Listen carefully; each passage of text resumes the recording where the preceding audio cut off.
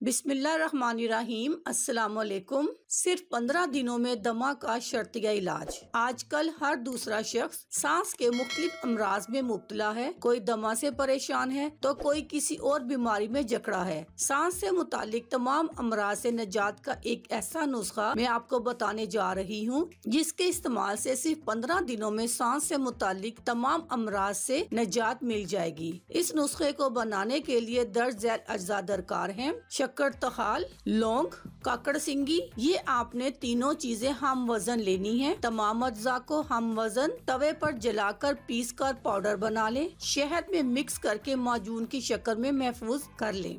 सुबह शाम 1 चाय का चम्मच इस्तेमाल करें। इंशाअल्लाह सांस से मुतालिक तमाम बीमारियों से निजात मिल जाएगी। अल्लाह हाफिज।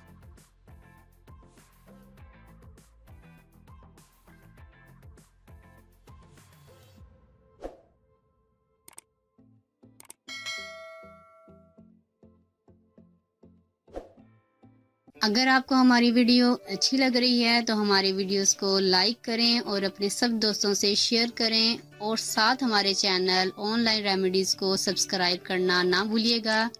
मिलती हूँ मैं आपको एक नई वीडियो के साथ। तब तक के लिए अल्लाह हाफिज।